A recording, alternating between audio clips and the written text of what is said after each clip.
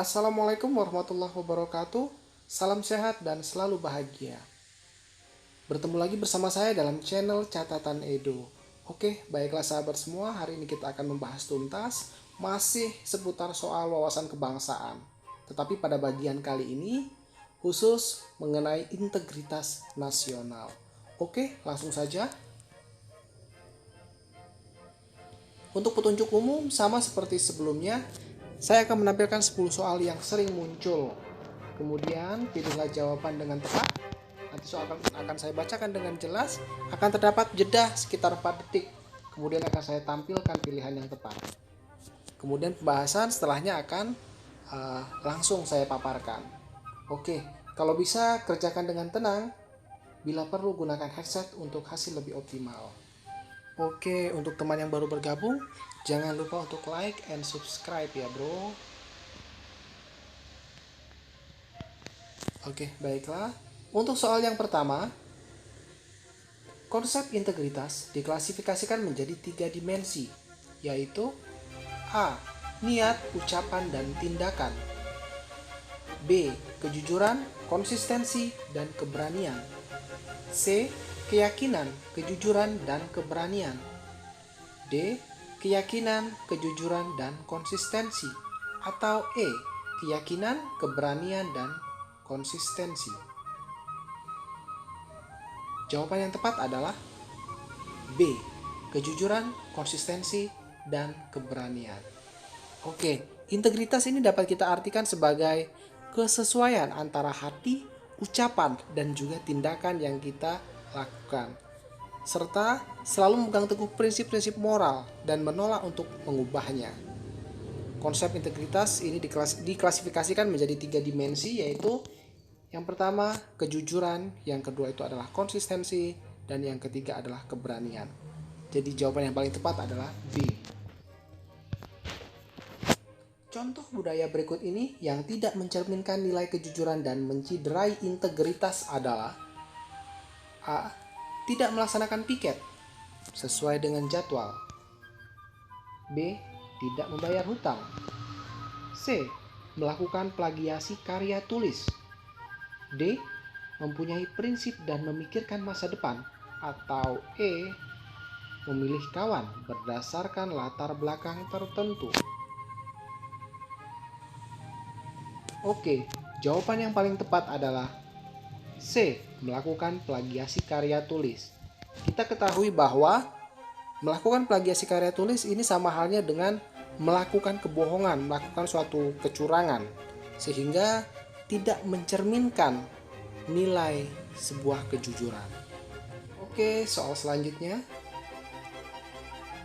Sistem integritas nasional akan menjadikan kebijakan yang dibuat oleh eksekutif, legislatif, dan yudikatif berbasis pada A. Individu, B. Keluarga, C. Lingkungan, D. Organisasi, atau E. Pilar. Jawaban yang tepat adalah A. Individu.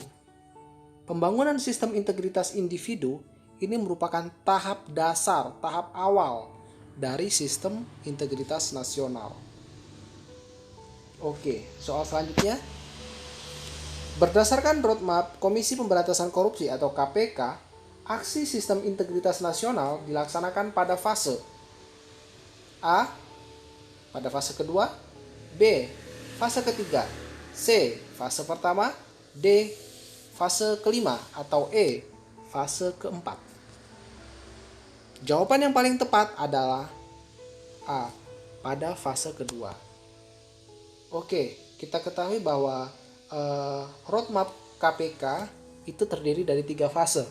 Untuk fase pertama itu dimulai pada tahun 2011 sampai periode 2015, di mana pada fase ini KPK fokus pada penanganan kasus grand corruption dan penguatan aparat penegak hukum dan perbaikan sektor strategis terkait kepentingan nasional atau national interest, kemudian melakukan pembangunan pondasi sistem integritas nasional atau SIN, kemudian penguatan sistem politik berintegritas dan masyarakat atau CSO, kemudian melakukan persiapan pada fraud control.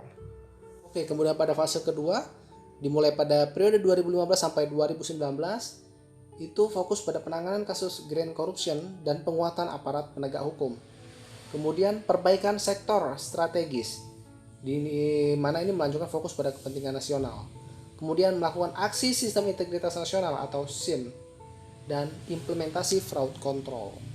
Lalu pada fase ketiga, itu periode 2019 sampai dengan 2023, itu KPK fokus untuk mengoptimalisasi penanganan sektor strategis, di mana dia melanjutkan fokus pada kepentingan nasional.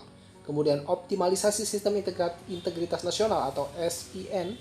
Kemudian penanganan fraud yang dilakukan oleh penyelenggara negara. Jadi fokus roadmap Komisi Pemberantasan Korupsi untuk aksi sistem integritas nasional dilakukan pada fase kedua.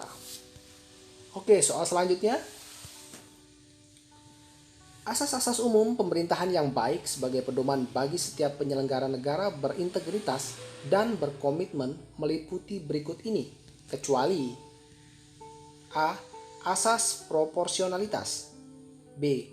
Asas profesionalitas, C. Asas akuntabilitas, D. Asas efektivitas, atau E. Asas stabilitas. Jawaban yang paling tepat adalah E. Asas stabilitas. Kita ketahui bahwa asas-asas umum pemerintahan yang baik sebagai pedoman bagi setiap penyelenggara negara berintegritas dan berkomitmen adalah sebagai berikut. 1. Asas kepastian hukum. Kemudian asas tertib penyelenggara negara. Ketiga, asas kepentingan umum. Keempat, asas keterbukaan. Kelima, asas proporsionalitas. Keenam, asas profesionalitas. Ketujuh, asas akuntabilitas. Kedelapan, asas efisiensi. Dan kesembilan, asas efektivitas. Jadi yang kecuali itu adalah E, asas stabilitas. Kemudian soal selanjutnya, komponen utama sistem integritas meliputi hal-hal berikut ini, kecuali A. Kode etik dan pedoman perilaku. B. Saluran pengaduan. C. Pengumuman harta kekayaan. D. Internalisasi integritas. Atau E. Pengukuran kinerja. Jawaban yang paling tepat adalah E. Pengukuran kinerja.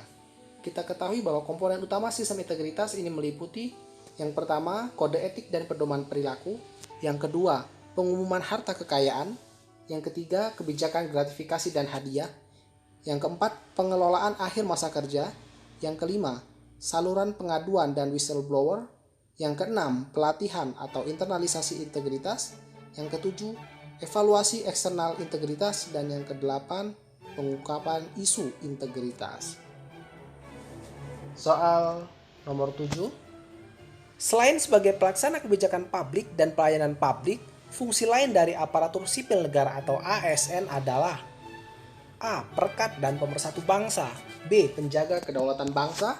C. Menciptakan keadilan bagi seluruh rakyat. D. Pembentuk strategi nasional. Atau E. Pelaksana kedaulatan rakyat. Jawaban yang paling tepat adalah A. Perekat dan pemersatu bangsa. Kita ketahui bahwa pegawai aparatur sipil negara atau ASN ini berfungsi sebagai 1. Pelaksana kebijakan publik. Kedua, pelayan publik. Dan yang ketiga adalah perekat dan pemersatu bangsa. Jadi jawaban yang paling tepat itu adalah A. Perekat dan pemersatu bangsa. Soal selanjutnya, integritas ASN mewajibkan setiap pegawai negeri sipil wajib setia dan taat kepada Pancasila, Undang-Undang Dasar 1945, negara dan pemerintah, serta wajib menjaga persatuan dan kesatuan bangsa dalam Negara Kesatuan Republik Indonesia.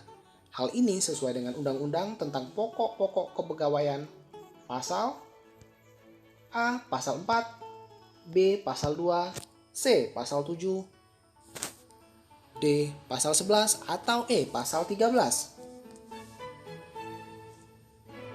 Jawaban yang paling tepat adalah A. Pasal 4.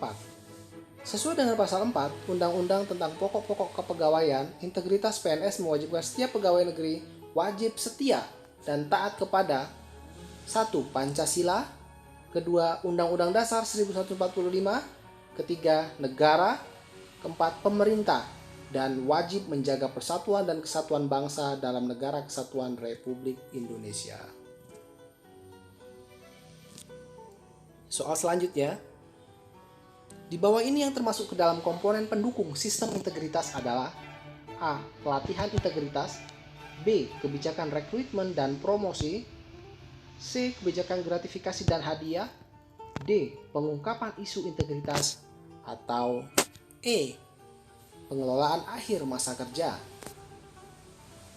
Jawaban yang paling tepat adalah B. Kebijakan rekrutmen dan promosi. Kita ketahui bahwa komponen pendukung sistem integritas ini terdiri atas yang pertama itu adalah kebijakan rekrutmen dan promosi, yang kedua itu adalah pengukuran kinerja, yang ketiga itu adalah sistem dan kebijakan pengembangan sumber daya manusia, dan yang keempat adalah pengadaan dan kontrak dengan efisiensi. Oke, soal selanjutnya, soal terakhir. Komisi Pemberantasan Korupsi atau KPK memiliki rumusan nilai anti korupsi yang juga dikenal sebagai nilai integritas yang terdiri dari A. 9 nilai, B. 3 nilai, C. 6 nilai, D. 4 nilai, atau E. 12 nilai. Jawaban yang paling tepat adalah A. 9 nilai.